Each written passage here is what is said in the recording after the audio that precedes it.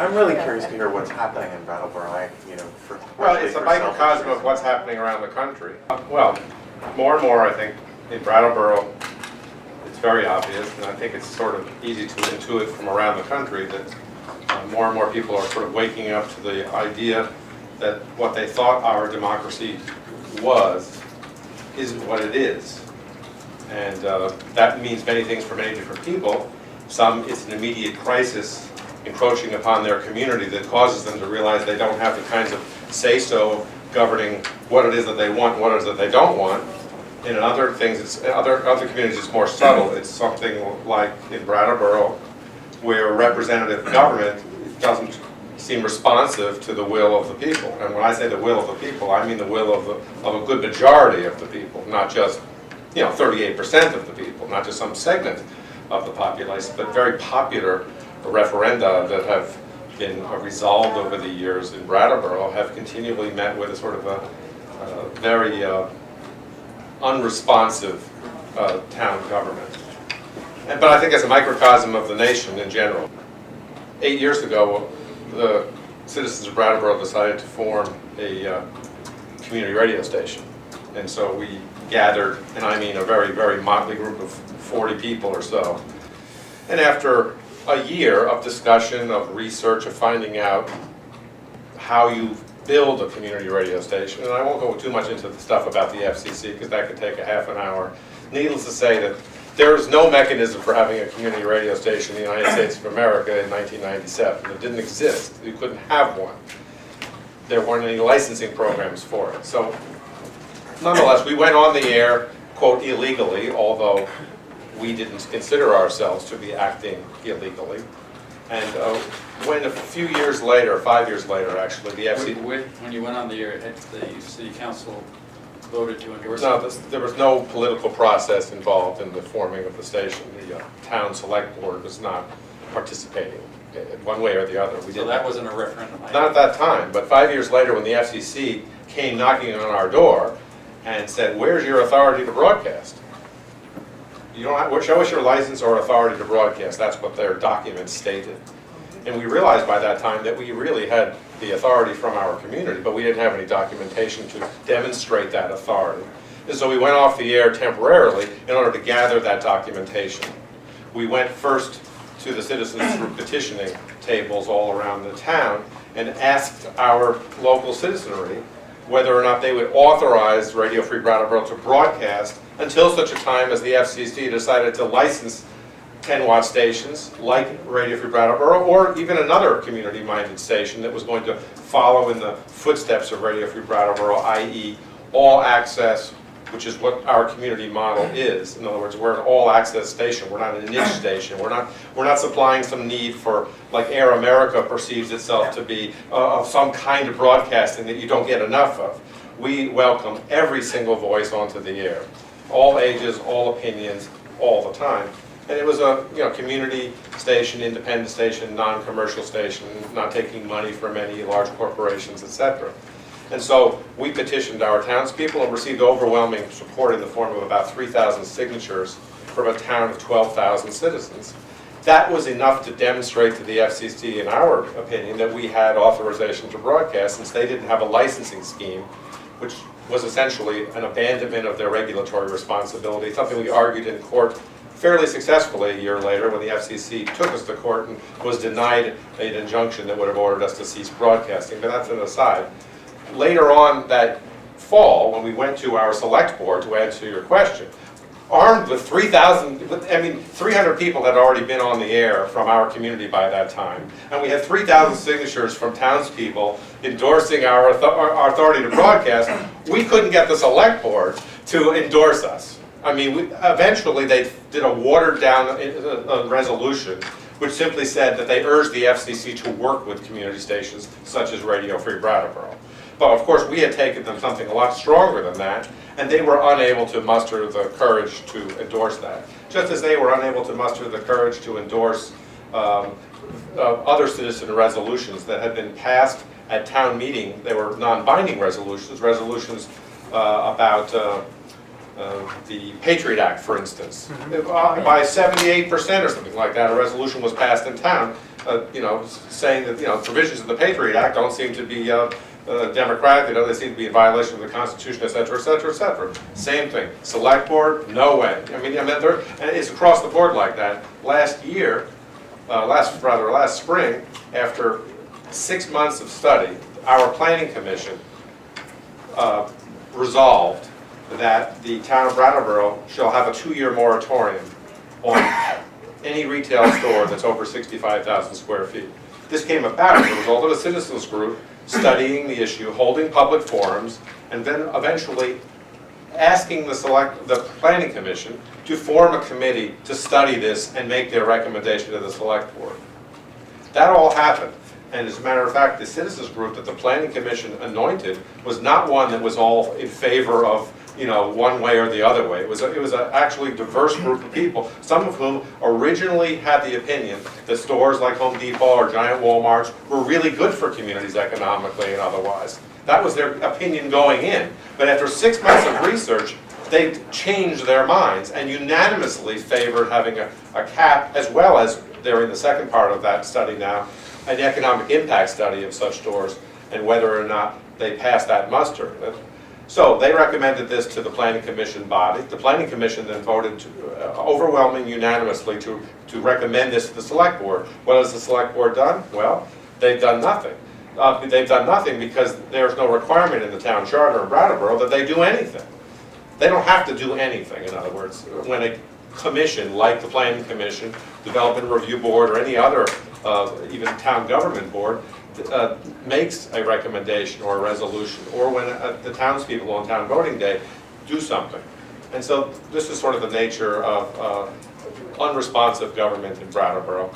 But in cases like the radio station, we have the opportunity in Brattleboro to go directly to our citizens, either through town representative town meeting, or directly through Australian ballot. And so in March of 2000... Stop.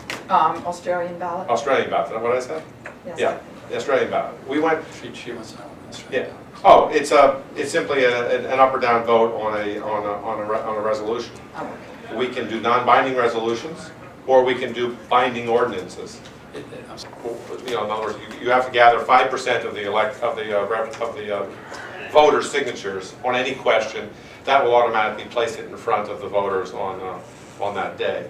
If you gather 20%, you can make it a binding ordinance. But that's never happened in Brattleboro because the number is so high. 20% of the registered voters is equal to the number of people that voted in an election there. That's about the turnout, about 20%, 23%. So it's a bit of an obstacle if you want to do something a little bit more binding than that. But so in the radio of Brattleboro, go ahead. Are the select people all business people or what? Yes. Okay. No, well, they're not. No, I mean, no. That's an exaggeration. The majority of the select board has always been, as far as I've been there for almost 10 years, and as far as I can tell, it's been primarily a business-oriented club with a rotating series of very, very, tenured people that do this sort of for life, together with a town manager position that is sort of part of their cabal, along with a town attorney who is sort of hired to make, it's all very... How do you suppose that can be changed? Well, we are changing it in various different ways. The slow way, of course, is to implement interest in people being on the select board. Why I say that's slow, because obviously incumbents, just like incumbents everywhere else, have an opportunity that's a little bit greater than non-incumbents of getting on to those positions. And one of the other obstacles has been in town is that we have more progressives than conservatives running for these positions. And I was talking with Terry earlier about one of the changes we want to see made in town is to have instant runoff voting, so that we don't have a situation where we've had 4 people running for 1 seat, and 3 of them are progressives and 1 of them is a conservative. And that doesn't mean it could be 3 conservatives and 1 progressive, mind you, but just the nature of our town is that the person who got elected was really somebody that would have not received the majority of the votes in that particular election. So these are not at-large seats? Each seat is a district or what? No, it's not a district. It's just that they have, there are 3 one-year seats and 2 3-year seats, and they're not all in the same year. Anyway, so... But they are at large By at large, what do you mean for the by whole that? town? Yes, for the whole town, yes. But the three progressives kill each other off. Yeah. In the one. That's happened a couple of times. That happens in Cambridge also. In recent years. You'd think that you could get some agreement as to That running. it tried, it doesn't work. But if you have, if you have preferential voting, the progressives don't necessarily defeat one another, right? That's right. You get to rank your voting, 1, 2, 3. Yeah, right. Oh, that's, yeah, So, we did that. so, you know, wouldn't that be the case in Cambridge? No, because there's too many progressives running, and so since they've never been able to get a progressive majority in recent years, functionally, you know, there are certain people that get elected every time, like Tim Toomey, let's say, who's more conservative than the rest of them. And Despite proportional representation? Yeah. Or they have a solid voting base, and they manage to continually end up in the top few places, you know. with bullet voting? Yeah, and so. Let's stay on Brattleboro though. Last Have you election- gotten one candidate? Well, there's been one, almost continually, one.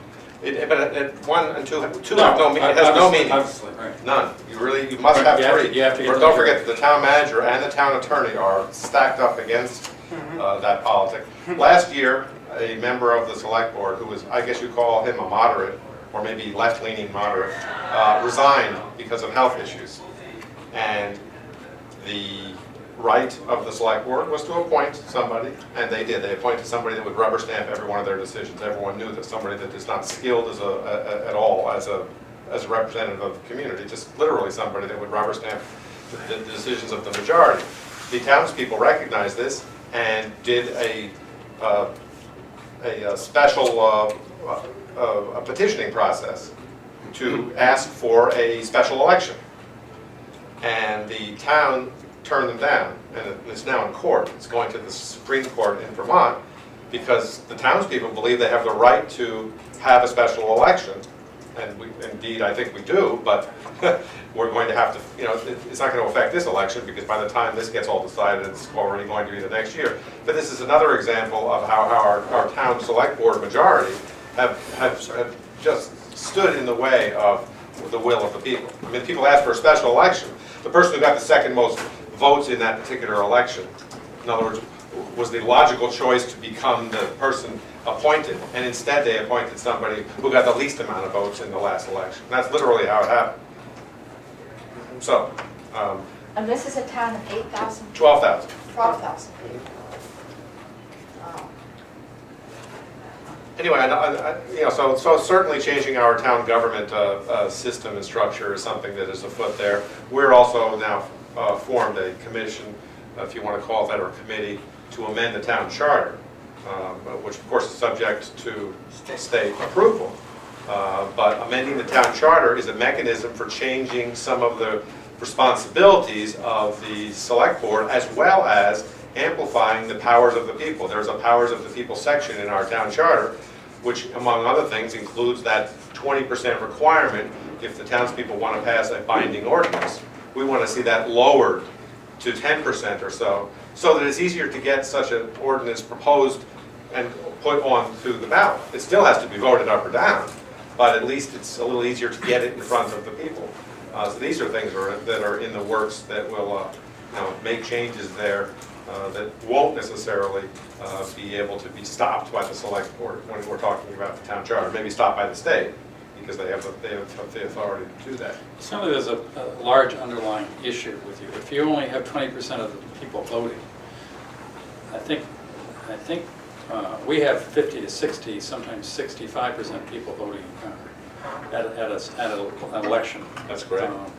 And it seems to me that there needs to be, if you control a radio station, for instance, I guess you probably don't control the Brattleboro Times or newspaper, but it seems to me that if you only have 20% of the people voting, it should be a pretty easy way of running some candidates and getting them elected, because you only have to get 12 or 15% of the voters of the town.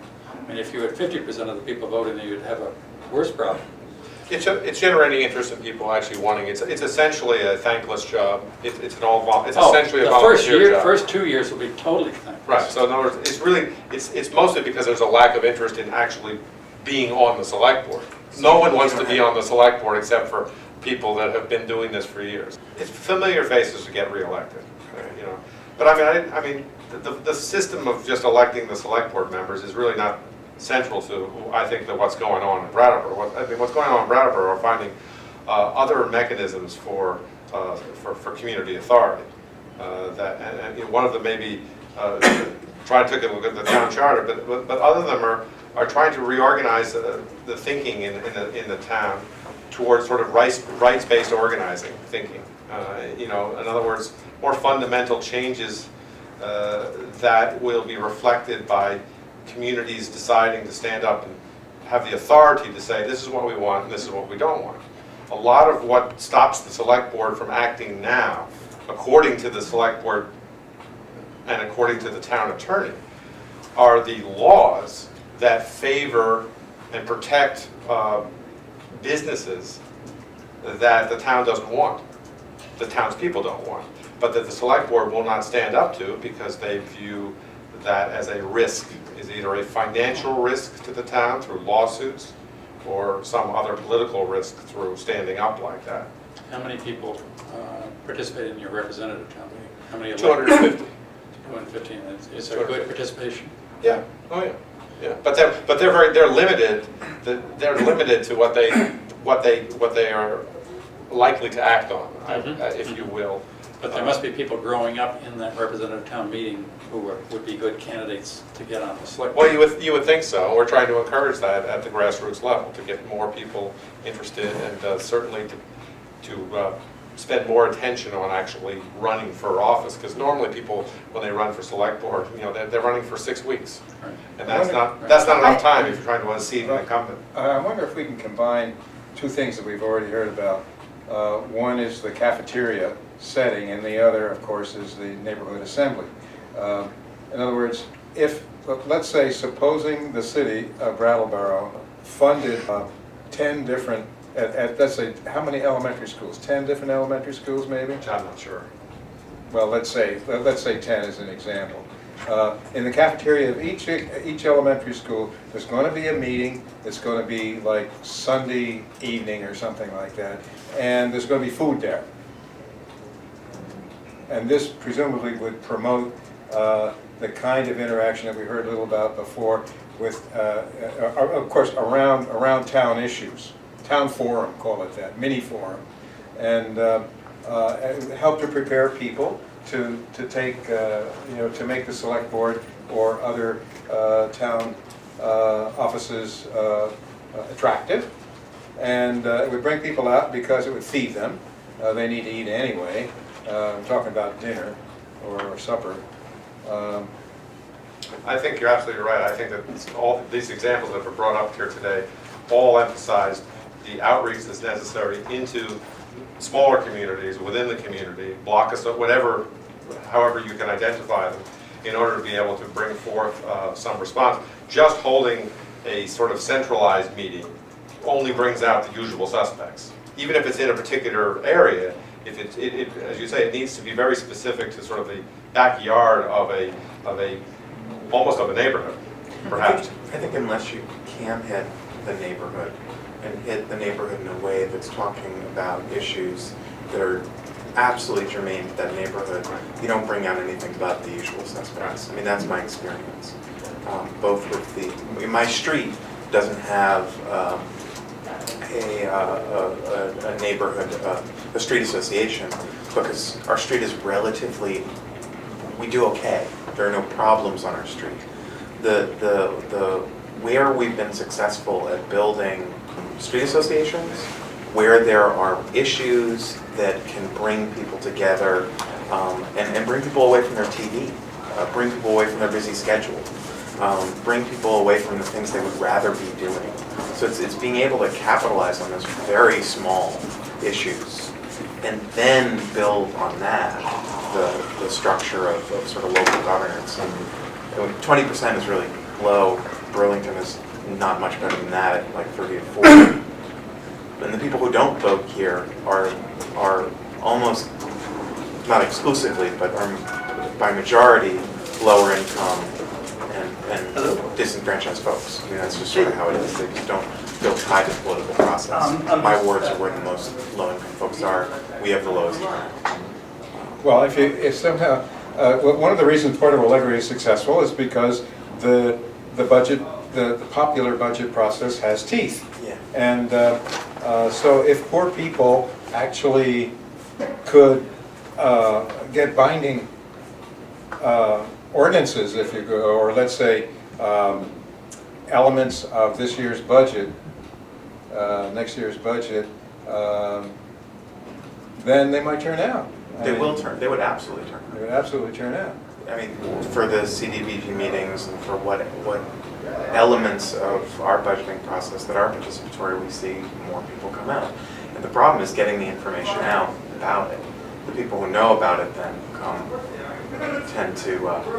You need to make whatever participatory elements you have widespread and inclusive. You need to figure out a way to open that up and get it into homes where they're not paying attention to the political process. Well, and that's the challenge. Well, Even when you have the good systems in place, it's publicizing the good systems and then getting people involved. Are there informal channels like in black neighborhoods in DC, it's the barbershop or the beauty parlor or something like that? There's the corner stores in Burlington. I don't know what it is in churches. I mean, what are the informal ways in which people get together? I would think churches and... Well, teenagers get together in one specific geographical area called the Harmony Parking Lot. Literally, that's their gathering spot. I mean, because you really don't have much opportunity in school. As a matter of fact, they're now... And teenagers who vote?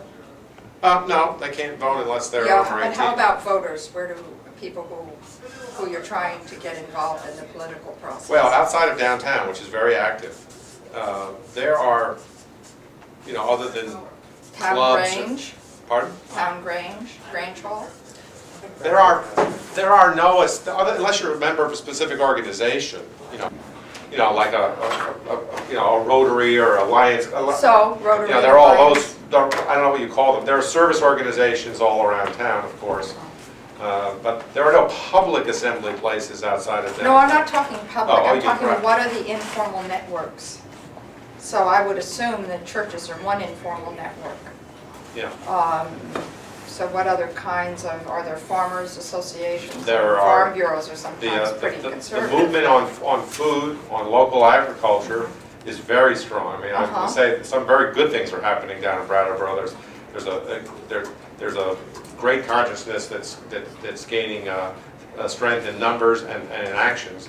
That is about eating local, buying local, permaculture, community garden, trying to right now find space for a community garden.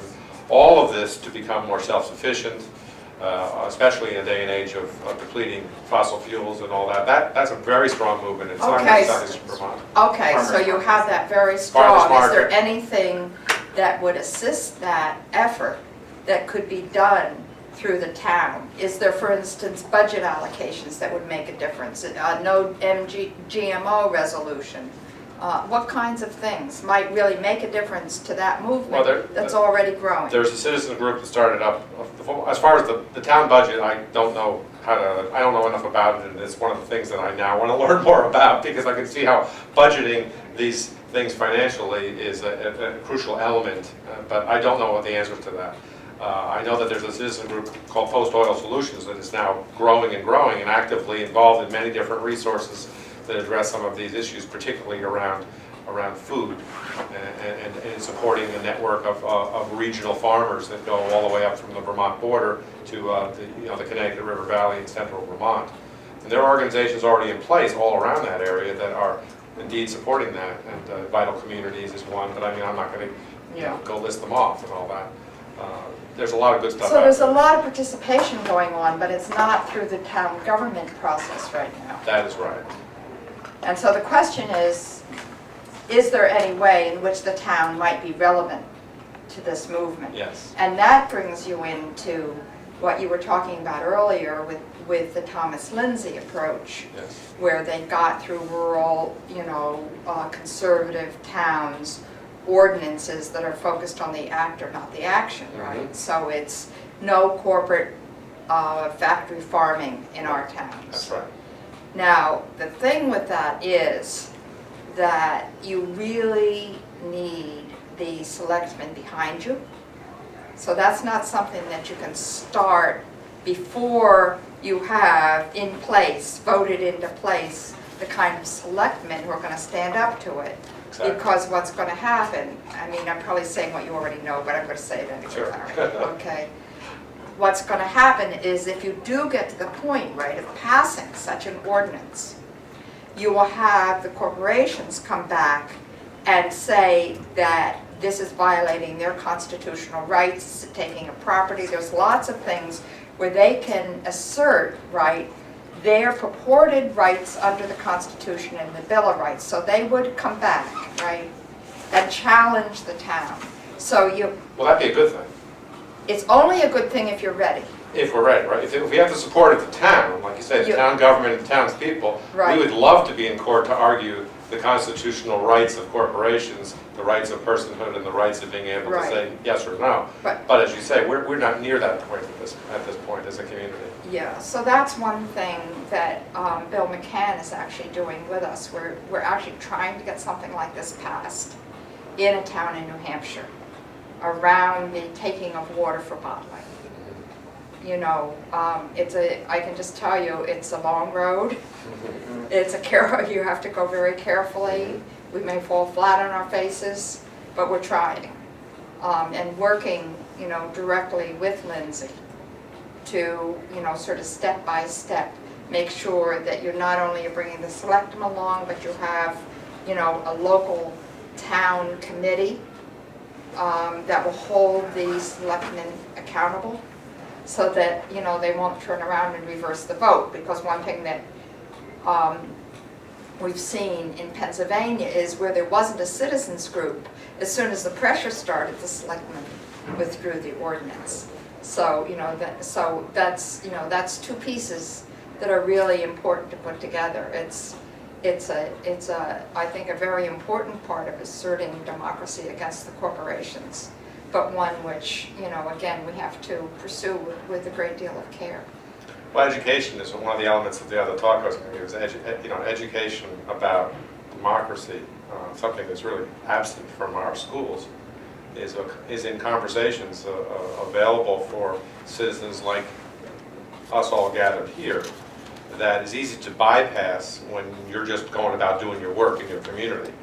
But if you want to take a step back and pause and talk with others that have no idea what you're talking about at first. What do you mean we don't have a democracy? What do you mean we had an amendment that was proposed early on that would have limited the power of corporations, but that was compromised away early on? What are you talking about? That when we as a community want to act, that we are in a position of weakness when it comes to asserting our authority when we're in court against a very powerful, well-moneyed corporation arguing against us. Even common sense things like in Vermont last 2 years ago when the legislature passed a law requiring the light bulb manufacturers of America to label fluorescent tubes with a cautionary note that said, this tube contains mercury and please don't throw it in your landfill, dispose of it properly. It requires special handling. And of course, corporations representing the light bulb manufacturers took the state of Vermont to court and argued that we have the right under the Constitution not to speak.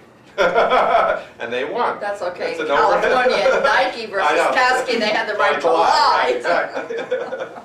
Exactly.